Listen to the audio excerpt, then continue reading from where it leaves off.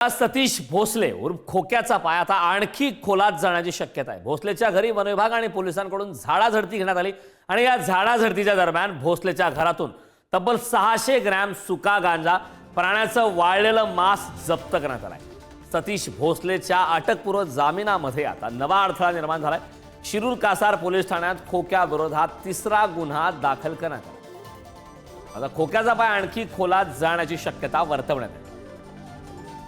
दृश्य आपण पुढारी न्यूजवरती पाहतोय। सतीश भोसलेच्या अटकपूर्व जामिनामध्ये आता नवा अडथळा निर्माण झाला।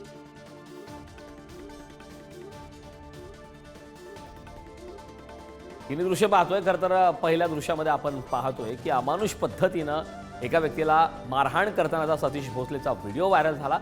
दुसऱ्या दृश्यामध्ये आपण पाहतोय पैशाची उधळण करताना सतीश भोसले हा खरं तर सुरेश धस यांचा कार्यकर्ता आहे, त्याचा व्हिडिओ व्हायरल झाला। आणि तिसऱ्या दृश्यामध्ये तर अतिशय धक्कादायक असा प्रकार समोर आलेला आहे। यामध्ये तब्बल 200 हरणांची शिकार केल्याचं कळतंय। सतीश भोसलेच्या अटकपूर्व जामिनामध्ये त्यामुळे आता नवा अडथळा निर्माण झालाय। शिरूर कासार पोलिसात खोक्या विरोधात आता तिसरा गुन्हा दाखल झालाय। त्यामुळे कायदेशीररित्या आता सतीश भोसलेचा पाय आणखी खोलात जाण्याची शक्यता आहे।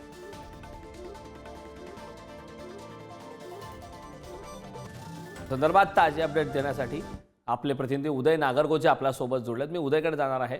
उदय, खरं तर पाहतोय आपण की सतीश भोसले यांचा सुरुवातीला केवळ क्रूर पद्धतीनं मारहाण करतानाचा व्हिडिओ बाहेर आला होता, त्यानंतर पैशांची उधळण करताना आणि आता घराची झाडाझडती केल्यानंतर अतिशय धक्कादायक अशी माहिती मिळाली।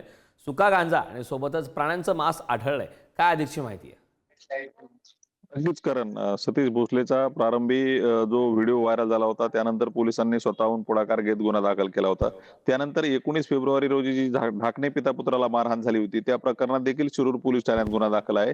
आणि आता याच प्रकरणात आज त्याच्या जामीन अर्जावर देखील सुनावणी होणार आहे बीडच्या जिल्हा व सत्र न्यायालयात। या दरम्यानच आता 8 मार्च रोजी जी वन विभागाने आणि पोलिसांनी जी संयुक्तरित्या शोध मोहीम घेतली होती त्याच्या घरी, त्यामध्ये गांजा देखील आढळून आला होता। तसेच प्राण्यांचे वाळलेले मांस तसेच शिकारीसाठी लागणारे साहित्य देखील त्या ठिकाणी आढळलं होतं। आणि आता याच प्रकरणात वन विभागाच्या कर्मचाऱ्याच्या फिर्यादीवरून सतीश भोसलेच्या विरोधात शिरूर पोलीस ठाण्यात तक्रार देण्यात आली होती आणि या तक्रारीवरून आता गुन्हा दाखल करण्यात आला आहे।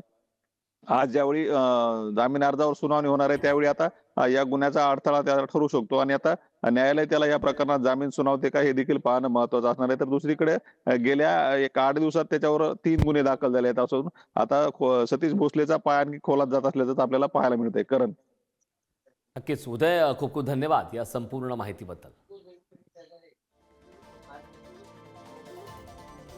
Thank you.